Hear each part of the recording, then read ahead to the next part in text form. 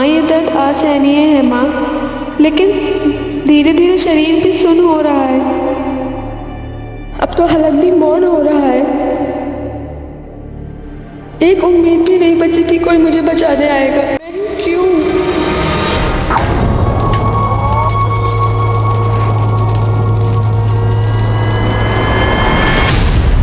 एक शरीर राख हो गया, एक मासूम लड़की की जिंदगी मौत की गिरफ्त में समा गई। साल 2020 ने हमें कई नए मंजर दिखाए हैं और न जाने अभी और क्या क्या देखना बाकी है। लेकिन क्राइम अगेंस्ट विमेन यानी कि औरतों के खिलाफ होने वाले अपराधों के मंजर आज हमारी जिंदगी में आम से हो गए। कहते हैं कि महाभारत का युद्ध इसलिए हुआ क्योंकि एक महिला की गरिमा को ठेस पहुंचाई गई थी। अगर महिलाओं के खिलाफ हिंसा का दौर यूं ही चलता रहा तो आने वाले वक्त में हम कई और महाभारतों के साक्षी बनेंगे। आज का ये केस भी एक महिला के साथ हुई अमानवीय हिंसा से जुड़ा है। यूपी के कानपुर शहर में घटी ये वारदात कैसे एक नेशनल इशू बनकर उभरी, आइए देखते हैं। कहते हैं प्रतिभा की कोई उम्र नहीं होती। इसी बात को कानपुर के आरपी इंजीनियरिंग कॉलेज के 3 विद्यार्थियों ने साबित कर दिखाया है। इन्होंने यूनिक स्पेस इनोवेशन की राष्ट्रीय प्रतिस्पर्धा के लिए एक थ्योरेटिकल मार्स लैंडर बनाया है। अब ये प्रोजेक्ट स्पेस रिसर्च इंस्टीट्यूट तक भी पहुंच गया है और वहां वैज्ञानिकों के साथ मिलकर ये विद्यार्थी रनिंग मॉडल बनाने पर काम करेंगे। रिमी, तुम इस टीम की लीडर हो, कैसा लग रहा है तुम्हें? बहुत प्राउड फील कर रहे हैं। अक्सर छोटे शहरों के बच्चों को अंडर एस्टिमेट किया जाता है। हम उम्मीद करते हैं कि हमारी ये जीत उन सभी बच्चों को प्रेरणा देगी जो छोटे शहरों से आते हैं। मुकुंद, तुम कुछ कहना चाहोगे? मैम, हमें शक था, मतलब हमें यकीन था कि हमें यकीन। मैडम, मुकुंद कहना चाह रहा है कि हम सब ने बहुत मेहनत की इस प्रोजेक्ट को बनाने के लिए और हमारी पूरी उम्मीद है कि हम जल्दी मार्स लैंडर का मॉडल एसआरए के सामने प्रेजेंट करेंगे। मुकुंद, माइक देख के तुम ऐसे नर्वस हो गए जैसे तुम्हारे सामने किसी ने बंदूक रख दी हो। हाँ, हंस लो, लेकिन अगली बार देखना, अगर माइक के सामने खड़े रहेंगे ऐसा फर्राटेदार जवाब देंगे ना कि तुम भी देखते रह जाओगे। ओके। हाँ, देख लेना।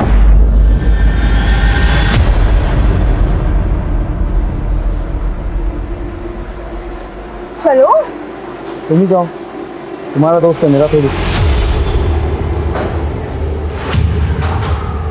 हाय। हाय। नहीं, तो मुकुंद की बात पे ध्यान मत। चलो मैं तो बाकी करता हूँ। हाँ। रिमी, तुम बिल्कुल फिक्र मत करो। कॉलेज में किसी भी प्रकार के भेदभाव के लिए कोई जगह नहीं है।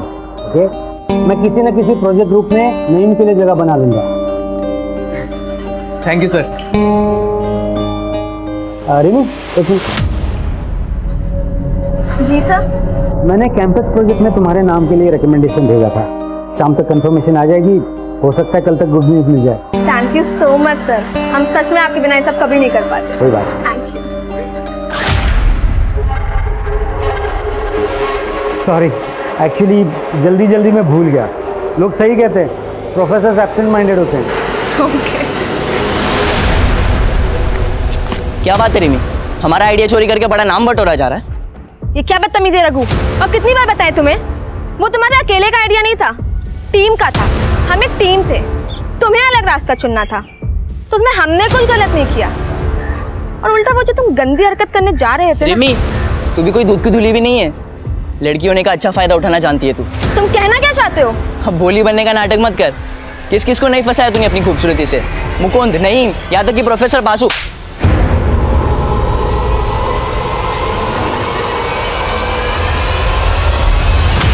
आई नहीं यार अब तक गोविंद।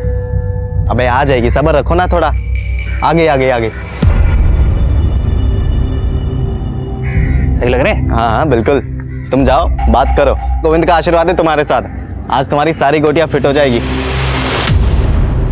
अबे रुको पंकज, गुस्सा देख रहे हो मैडम के नाक पे?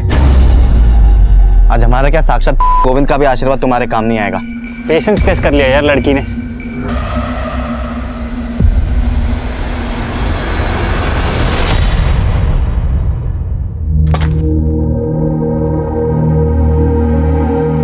कहाँ जा रही हो डिम्पी दी? घर, और कहाँ? एक ही दिन की तो बात है, कल चलते हैं ना दोनों साथ में। वैसे भी बासु सर ने मेरा कैंपस सिलेक्शन में नाम दिया है, कल तक कंफर्मेशन आ जाएगा, फिर चलेंगे। रिमी, हम अब नहीं रुकने वाले हैं। एक हफ्ते से तो रुके हुए हैं यहाँ पे। पहले बोल रही थी प्रोजेक्ट हो जाने दो, अब कह रही हो कैंपस सिलेक्शन हो जाने दो। अरे तो इसमें हम क्या करें दी, इतने सारे काम हैं। अब वैसे तुम क्यों इतनी उतावली हो रही हो? तुम्हारे कहने का मतलब क्या है रिमी? हम जानते हैं कि तुम्हारा नाम अखबार में आया है और तुम्हें 2-3 मेडल भी मिले हैं, लेकिन इसका मतलब ये नहीं है कि तुम्हारा काम इम्पोर्टेंट है और हमारा नहीं। हमने ऐसा कब कहा दीदी? तुम्हारा कहने का मतलब तो यही था ना रिमी। तुम ये बताने की कोशिश कर रही हो कि तुम्हारे पास प्रोजेक्ट है और हमारे पास नहीं। ठीक है, तुमको जो भी समझना है समझो, हमें तुमसे बहस ही नहीं करनी है।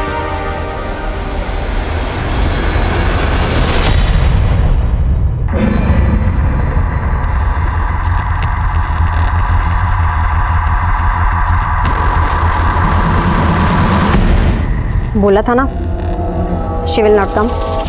Plan successful. See you at 7:30। Bye.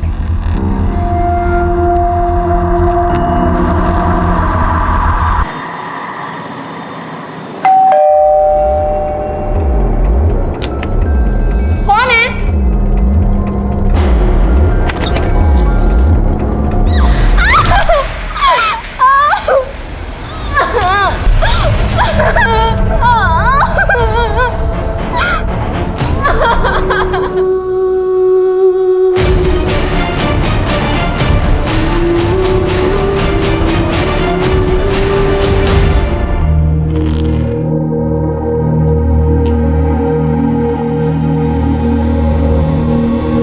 ये क्या है? अरे हमने दवाई खा ली है, भूल गई क्या? कल रात को दवाई खाई थी आपने, अभी नहीं खाई है। लीजिए। कल रात को खाई थी? ऐसा? लीजिए।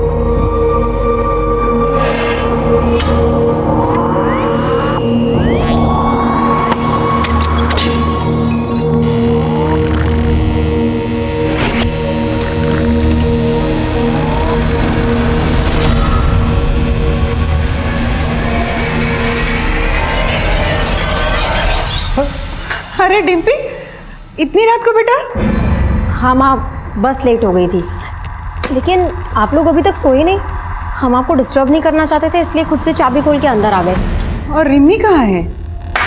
वो उसे कुछ काम था तो वो कल आएगी। अरे तो तुम भी और एक दिन रुक जाती, कल उसी के साथ आ जाती। उसे क्यों अकेला छोड़ दिया? अच्छा आप चिंता मत करिए, हम फोन करके देखते हैं उसको। रिमी रिमी रिमी, इस घर में तो मेरी किसी को कदर ही नहीं, सिर्फ एक ही बेटी है।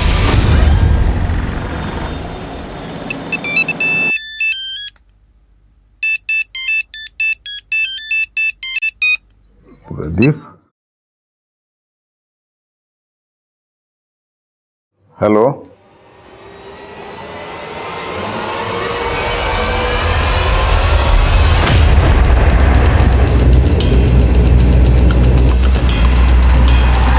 जैन सर, आइए आइए। सर, लड़की का नाम रिमी गुप्ता है, उम्र 22 साल, आरके इंजीनियरिंग कॉलेज में पढ़ती थी। लड़की को यहीं पे इस घर में जला के मारा गया है। रिमी अपने बड़ी बहन डिम्पी के साथ यहाँ पे किराए पे रहती थी। फैमिली राजपुर में रहती है, यहाँ पे आने के लिए निकल चुकी है। और सर एक बात है, इसका फोटो अखबार में पिछले हफ्ते आया था, कोई कॉम्पिटिशन जीता था इसने। सर अजीब बात है, रिमी के स्टमक और थाइस के बीच की बॉडी को जलाया गया। कातिल का इसके पीछे मोटिव क्या हो सकता है? विक्टिम के सर पे पहले बोतल से वार किया गया होगा, शायद रेप भी हुआ, फिर जलाया गया। पॉसिबल है कि रेप को छुपाने के लिए ये सब किया गया। और सर मोबाइल भी नहीं मिला। अशोक जी। जी सर। कुछ मिला? नहीं सर, बड़ी अजीब बात है सर, ना ही दरवाजे पे ना ही कहीं और घर पे कहीं एक भी फिंगरप्रिंट नहीं मिला है। किलर बहुत शातिर है। हाँ सर, लगता है बहुत ही सावधानी से उसने सारे फिंगरप्रिंट साफ कर दिए।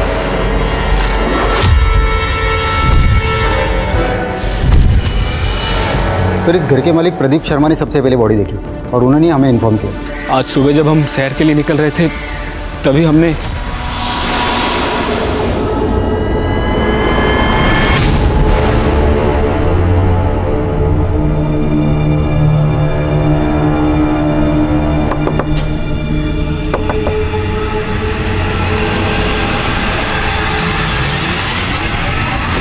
हम कसम से नहीं जानते साहब किसने किया ये सब। हमारा इसमें कुछ लेना देना नहीं है साहब। घबरा क्यों रहे? घबराता तो गुनहगार है। पुलिस, क्या हुआ यहाँ पे? रिमी कहाँ है? रुकिए, आप आगे मत जाइए, रुकिए। अरे तो आप हमें अंदर क्यों नहीं जाने? हाँ मैं बताता हूँ क्या हुआ, लेकिन आप अंदर नहीं जा सकते। अरे रुकिए, दीजिए ना। रिमी, रिमी, रिमी।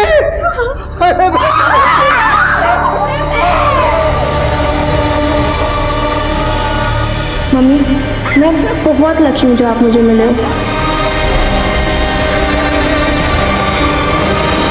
सर डिम्पी ने बताया रिमी का फ़ोन और लैपटॉप दोनों गायब है। और एक अजीब बात, कबर्ड पूरा खाली है, रिमी के सारे कपड़े गायब है। कपड़े? लैपटॉप और फोन गायब हो सकता, पर कपड़े कोई क्यों चुराएगा? सर पिछले 4 सालों से मेरी दोनों बच्चियां यही कानपुर में रहती है और न कभी उनके कॉलेज से न मकान मालिक से कोई शिकायत नहीं आई। और हमारी रिमी तो बड़ी होनहार लड़की थी। डिम्पी, तुम रिमी के साथ रहती थी, किसी पे कोई शक, कभी कुछ हुआ हो आजकल या पहले? हाँ सर, 2 लड़के थे, वो कर सकते हैं ऐसा काम। कौन लड़के? पंकज और गोविंद, वो हमारे पीछे पड़े रहते थे। तकरीबन 1 साल पहले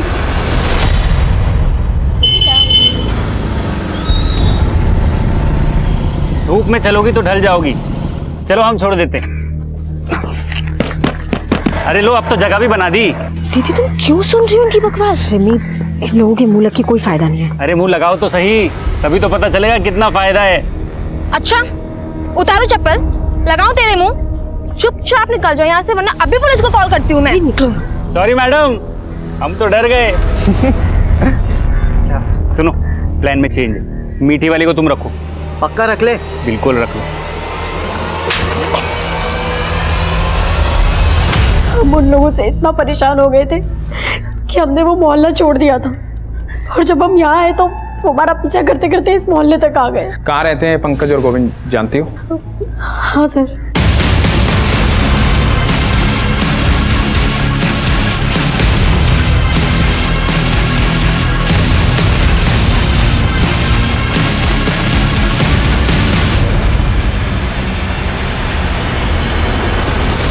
सर पंकज और गोविंद कुछ देर पहले अपना मकान खाली करके चले गए, लेकिन उनके कोचिंग इंस्टीट्यूट का पता चला है। यहाँ से उनका नेटिव एड्रेस भी पता चला है। कानपुर लखनऊ हाईवे पे उनका गाँव है सर। दोनों को घर से उठा लो और विक्टिम के दोस्तों से पूछताछ करो।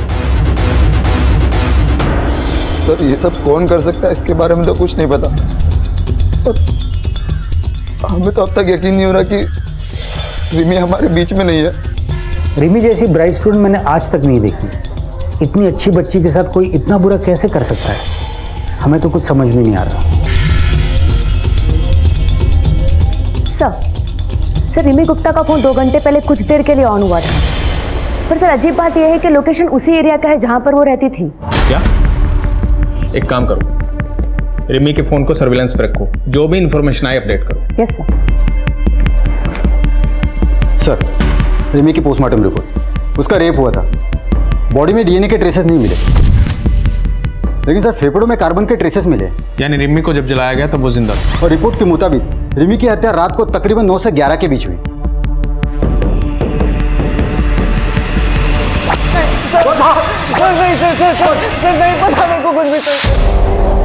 बोलो। सर मेरा उस लड़की से कोई लेना देना नहीं था, वो तो पंकज ही उसके पीछे पड़ा था। वो शाम को उसके घर पे भी गया था सर, आप उसी से पूछ लीजिए। आगे एक सवाल का जवाब नहीं देंगे।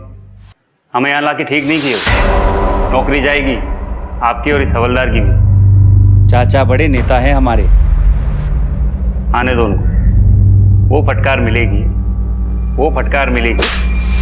चाचा और भतीजा नालायक, सच बोल। वो तो चाचा यहाँ नहीं अस्पताल में मिलने आएंगे।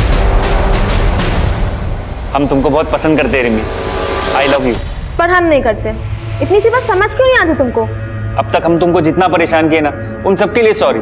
अगर तुम चाहते हो ना हम तुम्हें सच में माफ कर दें तो हमको स्टॉक करना बंद कर दो, बस। चलो जाओ। इसके बाद हम वहाँ से वापस आ गए, हमें नहीं पता फिर वहाँ क्या हुआ। चाचा के भतीजे, बोल तुम दोनों ने मारा उसे, बोल। नहीं साहब, हमें कुछ नहीं पता साहब। ऐसे नहीं बोलने को तुम।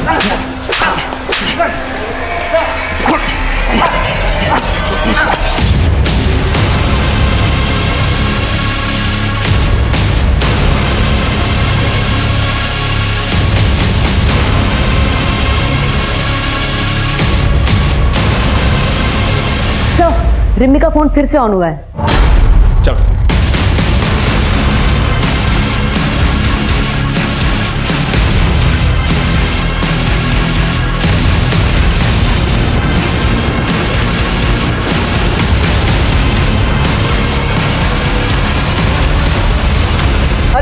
पकड़ो इसे। अरे ये हमारा फोन है, फोन वापस दो। अरे रिमी दीदी का फोन अब हमारा है। अरे मेरा फोन है। पापा इन्होंने मेरा फोन ले लिया है, आप इनको बोलो ना। ये मेरा बेटा दिमाग से थोड़ा कमजोर है, प्लीज इसे छोड़ दीजिए। ये रिमी का फोन आपके बेटे के पास कैसे आया? सर आदित्य को मोबाइल फोन चोरी करके इकट्ठा करने की आदत थी, पर उस दिन पापा रिमी दीदी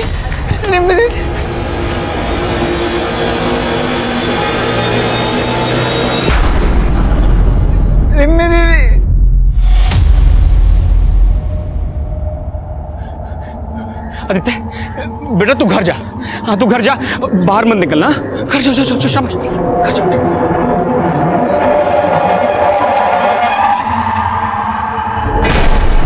आदित्य आप रिमी को जानते हो? रिमी दीदी? हाँ रिमी दीदी। क्या किया आपने उनके साथ?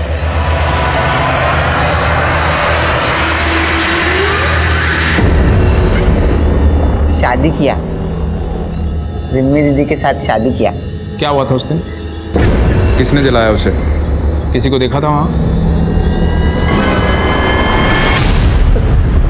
सब जल गया, सब जला दिया। आदित्य देखो। नहीं हाथ मत लगा रहा, दूर हाथ मत लगा रहा। बस कीजिए ना सर, देखिए ना हमारे बच्चे की तबीयत खराब हो रही है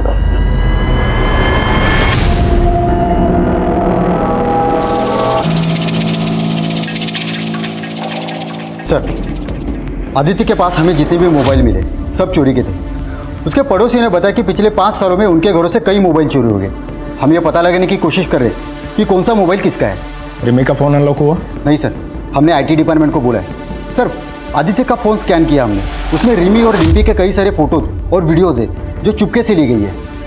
ये वीडियो रिमी की मौत के 1 दिन पहले का वीडियो है। पापा इतनी जल्दी शादी क्यों करनी है? एक बार डिम्पी दी का ग्रेजुएशन हो जाने दीजिए, उसके बाद शादी की बात कर लीजिएगा। अरे 21वें साल में ग्रेजुएशन हो जाती है सबकी। तेरी दीदी जो है कुछ महीनों में 25 की हो जाएगी, अब तक ग्रेजुएशन नहीं हुआ उसका, तो कब तक पढ़ती रहेगी?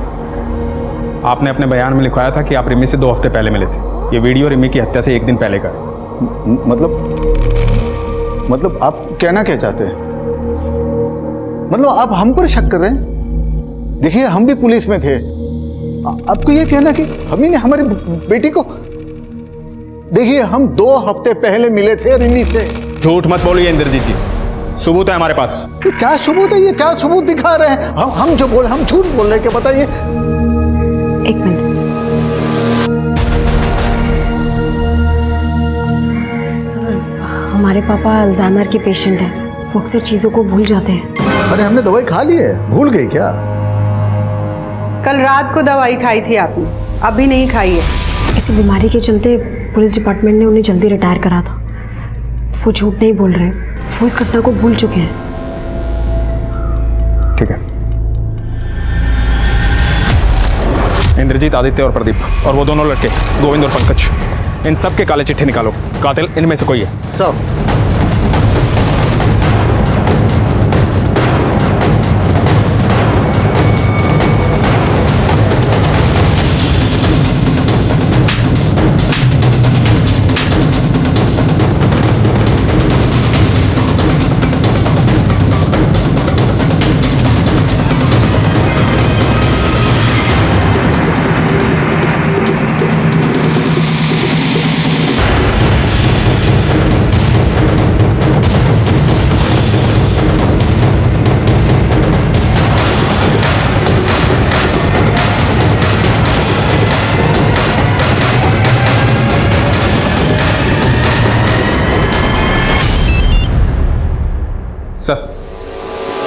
सर हम कोशिश कर रहे हैं सर। क्या हुआ सर? छुट्टी पे जा रहा हूं। 6 महीने तक रिमी गुप्ता का केस अखबारों की सुर्खियां बटोरता रहा, लेकिन पुलिस कातिल तक नहीं पहुंच पाई। अब पुलिस की क्षमता पर सवाल उठने लगे थे। हालात की गंभीरता को देखते हुए सीनियर ऑफिसर्स ने इस केस को एक स्पेशल इन्वेस्टिगेटिंग डिपार्टमेंट को सौंपने का फैसला लिया। पहली टीम के मुताबिक रिमी घर में अकेली थी और उसके सर पर किसी ने बियर की बोतल से हमला किया। अगर ये केस हमें पहले ही मिल जाता तो शायद कुछ हाथ भी लगता। अभी तो वक्त भी बहुत हो चुका है सर। आई थिंक कोई भी कॉन्क्लूसिव एविडेंस मिलना बहुत मुश्किल होगा। हाँ ना धीरज, 6 महीने गुजर चुके हैं और हमारे सामने सस्पेक्ट की लंबी लिस्ट है। काम मुश्किल ज़रूर है पर नामुमकिन है। सर रिमी के पिता खुद एक रिटायर्ड पुलिस ऑफिसर और सस्पेक्ट लिस्ट में है। आपको क्या लगता है सर, क्या एक पिता अपनी बेटी को? हमने ऐसे कितने केसेस देखे हैं जहाँ पे रिश्तों की मर्यादा को लांघा गया है। और सबसे इंपॉर्टेंट बात, फॉरेंसिक और क्राइम सीन से कोई फिंगरप्रिंट्स नहीं मिले। मतलब कातिल जो भी है वो हमारी तहकीकात के तरीकों से अच्छी तरह से वाकिफ है, तो मुमकिन है कातिल पुलिस वाला। और सर दूसरा सस्पेक्ट आदित्य गुप्ता, मकान मालिक प्रदीप का बेटा। और प्रदीप के मुताबिक उसका बेटा आदित्य स्टेबल है। रिमी का फोन आदित्य के पास मिला, राइट? Right sir. और हमारे मेन सस्पेक्ट्स हैं पंकज और गोविंद। हो सकता है सर इन्हीं सस्पेक्ट्स में से कोई कातिल हो। नीरज, इस केस में हमें कई फ्रेंड पर एक साथ काम करना होगा। प्रतिमा सर, रिमी जहाँ रहती थी तुम उस मोहल्ले में सेटल हो जाओ, बिल्कुल एक नॉर्मल लड़की की तरह। सस्पेक्ट्स के आसपास रहो, हर चीज़ पर नजर रखो। सब्जी वाला, दूध वाला, आयरन वाला, सबकी कुंडली निकालो। इन शॉर्ट, हनुमान नगर में अगर पत्ता भी हिलता है तो उसकी इन्फॉर्मेशन मुझे चाहिए। Okay sir. नीरज, अपने एक आदमी को रिमी के उन्नाव वाले घर के पास सेटल करो। उसे बोलो वहाँ से जितनी इन्फॉर्मेशन निकाल सकते हैं निकाले। देखते हैं रिमी के कत्ल के तार कहीं उसके उन्नाव वाले घर से तो नहीं जुड़े। सर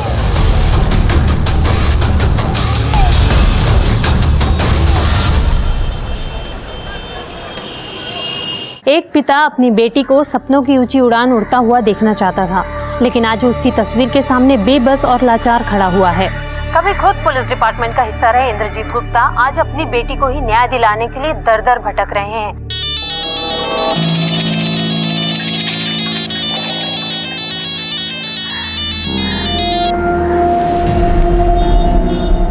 बोला था ना मुझे भी फोन मत करना, मैं खुद से करूँगी।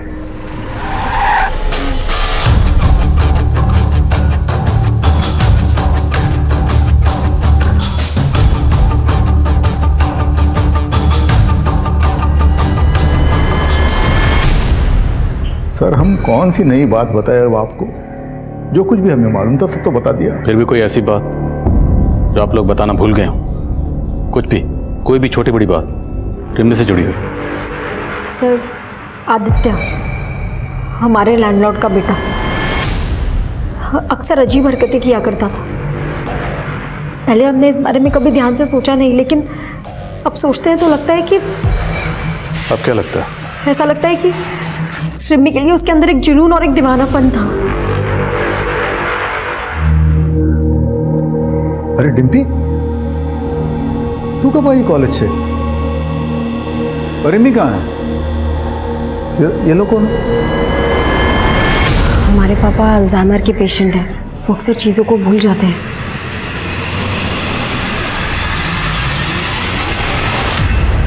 अब हम क्या बताएं साहब कि हमारा बेटा आदित्य कहाँ चला गया? पुलिस में भी कंप्लेन लिखवाई है लेकिन पुलिस भी उसको ढूंढ नहीं पा रही। चला गया मतलब?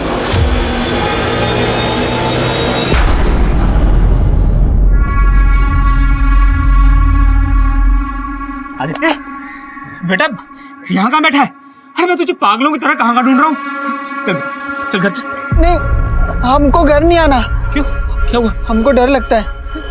ओह, हम भी जल गए तो? नहीं, हम भी आएंगे। नहीं नहीं नहीं नहीं, कुछ नहीं, मैं हूं ना, मैं हूं। नहीं कुछ नहीं, नहीं, हमको नहीं आना, हमको घर नहीं आना। नहीं, हमको घर नहीं आना। नहीं आदित्य, पता नहीं साहब, पूरा 1 महीना हो गया, पता नहीं किस हालत में होगा मेरा बच्चा। कहीं ऐसा तो नहीं कि प्रदीप ने खुद ही अपने बेटे आदित्य को कहीं छुपा दिया ताकि हमसे बचा सके उसे? ऐसा लगता तो नहीं है सर। 1 महीने पहले पुलिस कंप्लेन दर्ज करवाई थी उसने। आदित्य के पीछे खबरों को लगाओ। जी सर, मैंने इंद्रजीत की फैमिली के सभी मेंबर्स की कॉल डिटेल्स निकालने के लिए भी कह दिया। हो सकता है सर कोई पारिवारिक दुश्मनी का मामला हो, जवान लड़की थी, कोई प्यार व्यार का चक्कर हो।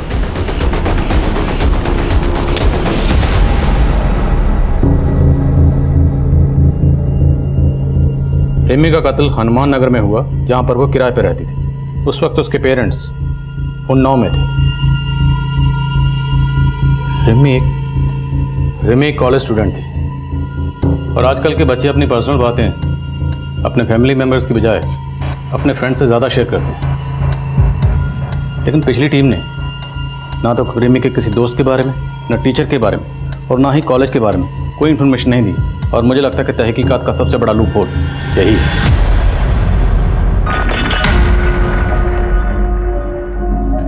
रिमी पूरे कॉलेज में बहुत फेमस लड़की थी और मैकेनिक्स में अकेली लड़की थी वो। स्टार्टिंग में सबने उसका बहुत मजाक उड़ाया, लेकिन फिर जब हमारा प्रोजेक्ट मास लैंडर रिसर्च के लिए फाइनल हुआ तब सबकी बोलती बंद हो गई।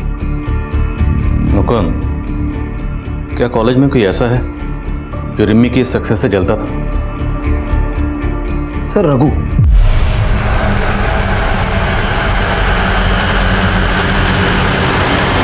रघु रिमी से बहुत नाराज था। पहले वो भी हमारी टीम में था। मुकुंद, रघु हमें धोखा दे रहा है। उसने प्रोजेक्ट सबमिट भी कर दिया लेकिन हमारा नाम ही नहीं दिया है। What? हाँ। सर, हमने तुरंत एचओडी को कंप्लेंट कर दी। फिर उसके बाद हमारे मेल्स और रिसर्च दिखाए उनको। टीचर्स ने तो हमारे ग्रुप से निकाला और फिर सस्पेंड कर दिया। सर, रघु काफ़ी गुस्से लड़का है।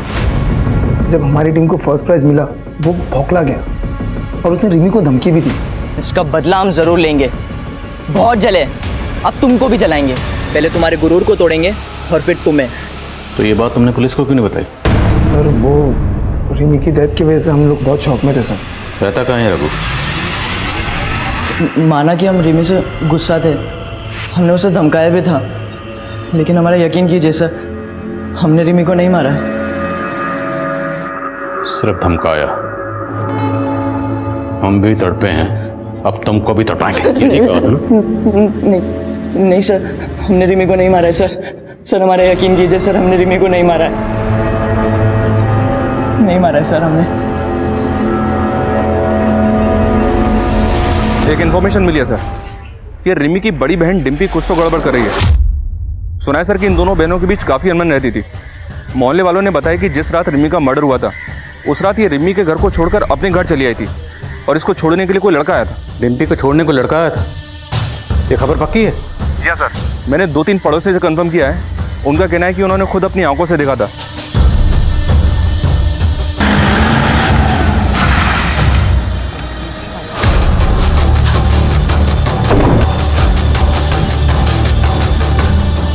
डिम्पी, झूठ मत बोलना। कत्ल की रात तुम किस लड़के के साथ थे? सब हम किसी लड़के के साथ नहीं थे। हम तो सीधा कानपुर से बस लेके अपने घर आए हैं। लगता है तुम्हें भी अपने पापा की तरह भूलने की आदत हो गई। लेकिन एक बात याद रखना, जितना ज्यादा झूठ बोलोगी उतना ज्यादा फंसोगी।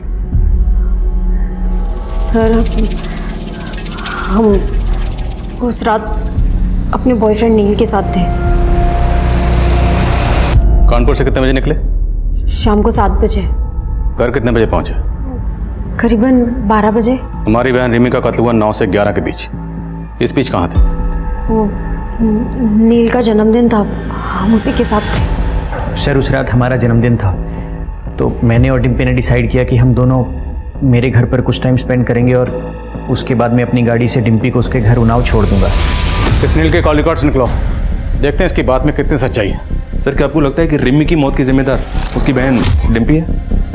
खून के रिश्ते कितने भी गहरे क्यों ना, लेकिन नफरत और जलन की आग किसी भी रिश्ते को जलाकर खाक कर देती। डिम्पी ने हमारे सामने आदित्य का नाम दिया। हो सकता है उसने खुद से और अपने बॉयफ्रेंड नील से ध्यान हटाने के लिए किया। तो रिमी की मौत की वजह डिम्पी की जलन है, बात कुछ और है। पंकज और गोविंद पिछली टीम के ये प्राइम सस्पेक्ट थे, लेकिन इन दोनों का नाम भी डिम्पी ने लिया था। उठाओ इन दोनों। तुम्हारी वजह से हमें यहाँ बार बार लाया जा रहा है। हमें भी पता है तुम हमें दोस्त दोस्त बोल कर ना हमारे आगे पीछे काहे घूमते हो, समझे? अब ज्यादा जबान चलाई ना तो उखाड़ के जेब में डाल देंगे। क्या बोले बे? क्या करोगे बे? अबे, एक तो गलती तुम करो, सदा हम भुगते हैं। हाँ, सब तुम्हारे।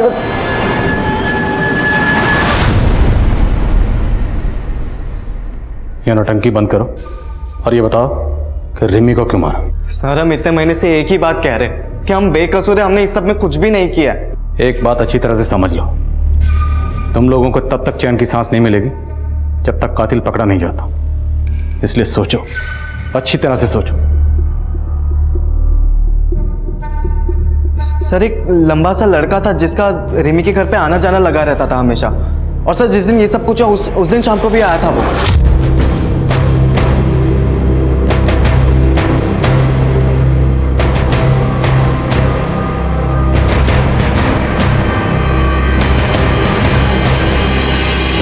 कौन था वो लड़का? सर हमें पता नहीं, लेकिन हमने ये बात पहले भी पुलिस को बताई थी, लेकिन किसी ने हमारी बात ही नहीं सुनी।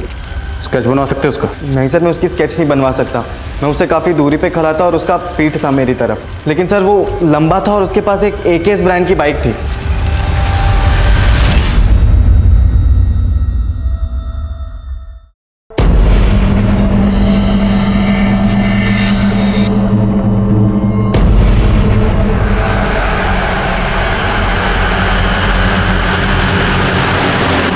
संदिग्धों की लंबी लिस्ट में एक और व्यक्ति शामिल हो गया था, जिसका ना तो कोई नाम था और ना ही कोई चेहरा, लेकिन पुलिस पूरी शिद्दत के साथ हर नए उभरते एंगल को टटोल रही थी। एक तरफ पुलिस एक एक कड़ी जोड़ रही थी और वहीं दूसरी तरफ रिमी के परिवार वाले धीरे धीरे अंदर ही अंदर टूटते जा रहे थे। पापा थोड़ा सा खाना खा लीजिए। नहीं खाना है हमें। तुम अगर रिमी को अकेला नहीं छोड़ के आती तो आज ये सब कुछ नहीं होता। लेकिन इसे आके उस लड़के के साथ आवारागर्दी जो करनी थी, छोड़ा ही हमारी रिमी को अकेला। इसी की वजह से हुआ है सब कुछ, इसी की वजह से। वो खाना खिला रही है हमें।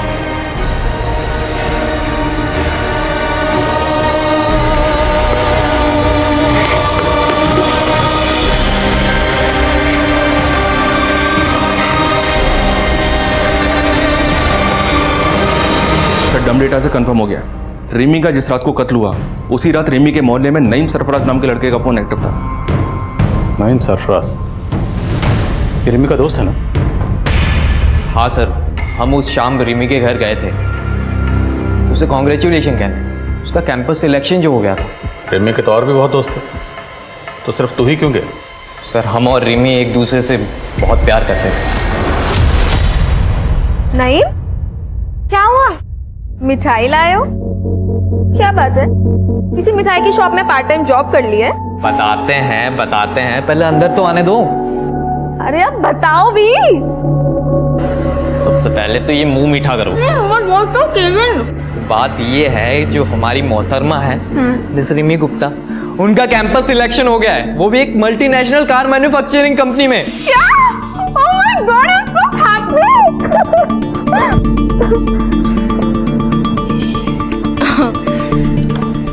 थैंक यू बताने के लिए। चलो अभी तुम जाओ। सुन बे हीरो, अगर तू और झूठ बोलेगा ना तो यहाँ से नहीं निकल पाएगा। अब सच बोलेगा या हम सच बुलवाएं? सर हम सच कह रहे हैं। भाजी ले लो, सब्जी ले लो। बहन जी, हमारे बेटे को काम पे रख लो ना। नहीं नहीं, अब मुझे किसी भी काम की जरूरत नहीं है। रख लो बहन जी, पैसे की बहुत जरूरी है। सब ऐसे ही बोलते हैं। मेरे सामने बैठ के रोता था राजू, देखो क्या हुआ, 2 महीने का एडवांस लेकर भाग गया। अरे सीता दीदी, तुम्हें भी कोई बेवकूफ़ बना सकता है? ये बात मैं नहीं मान सकती। मैं भी ऐसा ही सोचती थी कि मुझे कोई नहीं बना सकता है, पर ये राजू बड़ा ही चालाक निकला। कौन है ये महान हस्ती? जरा मुझे भी दर्शन कराओ उस राजू के। अरे 8-10 महीने पहले रहने आती ना, तो उस कमीने राजू के दर्शन करा देती मैं तुमको। मतलब 8-10 महीने पहले वो भाग गया? नहीं नहीं, ये कोई 6-7 महीने पहले चला गया था। बड़ा ही लड़कीबाज था।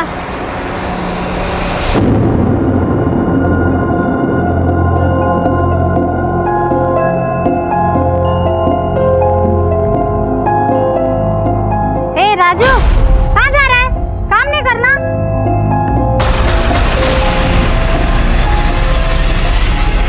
भले ही दावे के साथ कुछ नहीं कहा जा सकता, लेकिन धीरज, फिर भी इस लीड को इग्नोर नहीं कर सकते।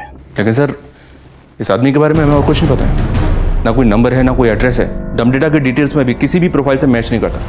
मोहल्ले के सब्जी वाले के अलावा किसी ने इसके बारे में कुछ नहीं बताया। प्रतिमा, तुम श्योर हो वो सब्जी वाली सच बोल रही है? सर इतने नामों को हमने टटोला, इस आदमी को भी टटोल कर देख लेते हैं। एक काम करो, कत्ल के 7 दिन पहले का डम डाटा निकालो, उसमें जितने भी प्रोफाइल्स हैं सारे प्रोफाइल से स्केच मैच करो। शायद कुछ मिल जाए। और मोहल्ले में भी सबको ये स्केच दिखा, शायद कोई क्लू मिले।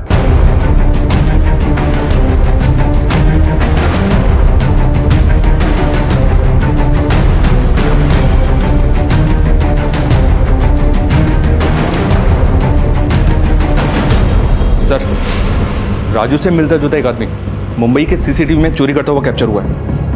मुंबई पुलिस ने इसके साथी को तो पकड़ा, पर यह भाग गया। मुमकिन है यही शख्स रिमी का कातिल हो। हमें मुंबई चलना होगा।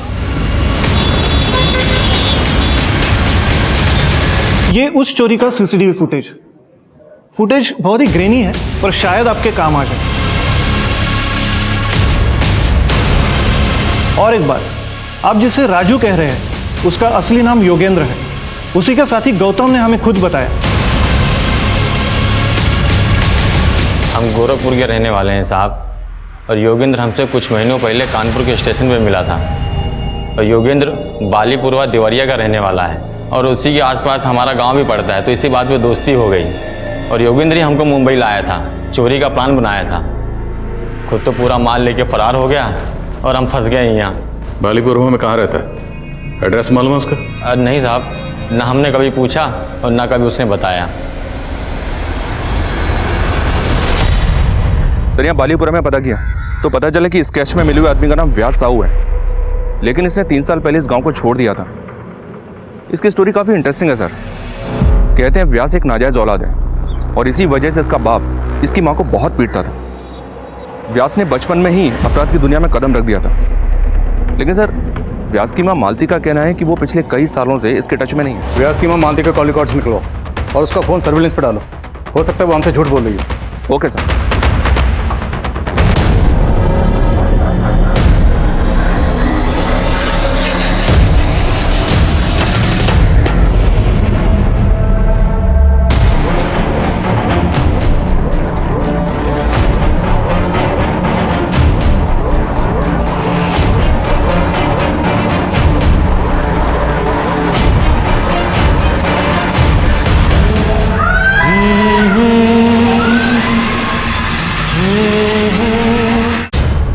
सर, व्यास की माँ मालती को लखनऊ से एक नंबर से 3 बार कॉल आया है।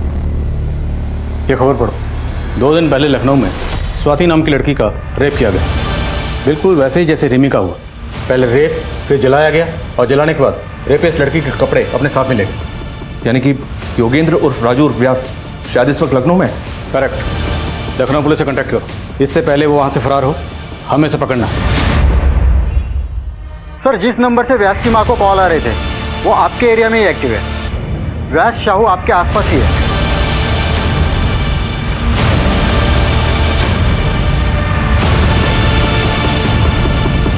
सर, वो आ रहा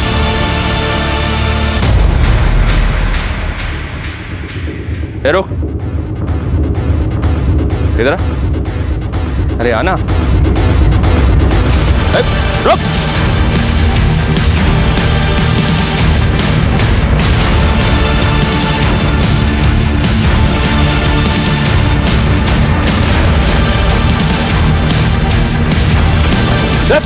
उधर। राजू उर्फ योगेंद्र उर्फ व्यास साहू, बहुत शौक है ना तुझे लोगों को तड़पाने का। अब तू तड़पेगा।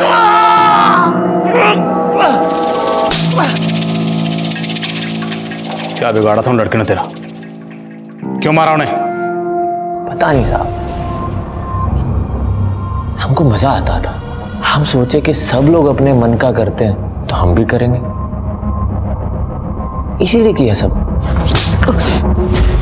रिमी, उसे क्यों मारा और कैसे मारा? वो पसंद आ गई थी साहब हमको। एक दिन हम उस लड़की के घर के बाहर खड़े थे। हमने देखा कि उसकी बहन सामान लेके बाहर जा रही है, तो चले गए साहब उसके घर में। कौन है?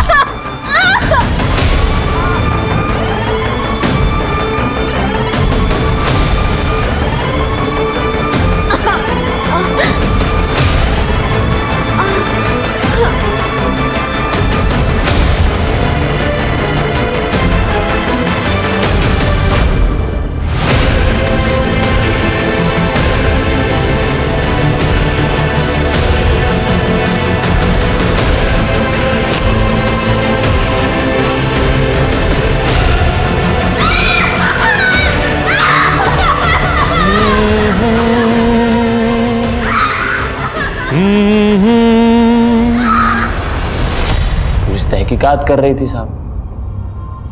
तो हम कुछ दिन के बाद की ट्रेन पकड़ के मुंबई पहुंच गए। तो कानपुर स्टेशन पे हमारी मुलाकात हुई गौतम से। हम दोनों ने मिलकर खूब चोरियां की साहब। तो जो कीमती सामान चुराता था उसका क्या करता था? वो तो हम लोकल चोर बाजार में बेच देते थे साहब। और वो लड़कियों के कपड़े वो क्यों चुराता था? खुशबू आती थी साहब, हमारे शिकार की खुशबू। लड़कियों के कपड़े ओढ़ के सोने का मजा ही अलग है साहब। अब तुझे मजे हम दिलाएं।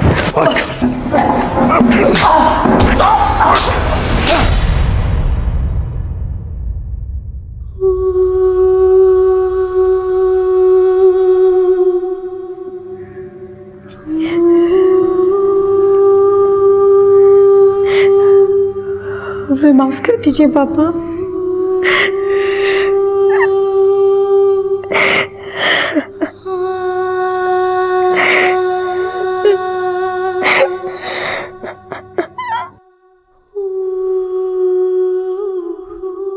व्यास से आगे पूछताछ करने पर पुलिस को कई चौंका देने वाली जानकारियां मिली।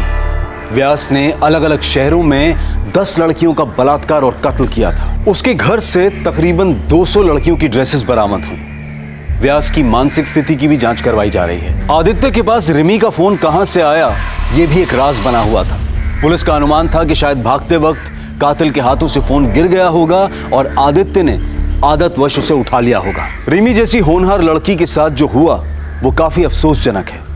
एक समाज की प्रगति काफी हद तक इस बात पर निर्भर करती है कि उस समाज की महिलाएं कितनी सुरक्षित हैं, और महिलाओं को एक महफूज माहौल मुहैया कराना समाज का दायित्व है। अगर आज के दौर की बात करें तो CCTV cameras, alert security staff और डे नाइट पेट्रोलिंग, ये सभी चीजें क्राइम अगेंस्ट वुमेन पर काबू पाने के लिए बहुत ही असरदार साबित हो सकती हैं। हर राज्य, हर जिले, हर गांव, हर शहर की पुलिस को इन मुद्दों पर ध्यान देना चाहिए ताकि हमारे देश की महिलाएं डर और दहशत के माहौल से परे आत्मविश्वास की जिंदगी जी पाएं। अब मैं अनूप सोनी आपसे विदा लेता हूं। फिर मुलाकात होगी क्राइम पेट्रोल सतर्क में एक और नए केस के साथ। तब तक अपना और अपने परिवार का ख्याल रखें, सतर्क रहें, सुरक्षित रहें और देखते रहें क्राइम पेट्रोल सतर्क। जय हिंद।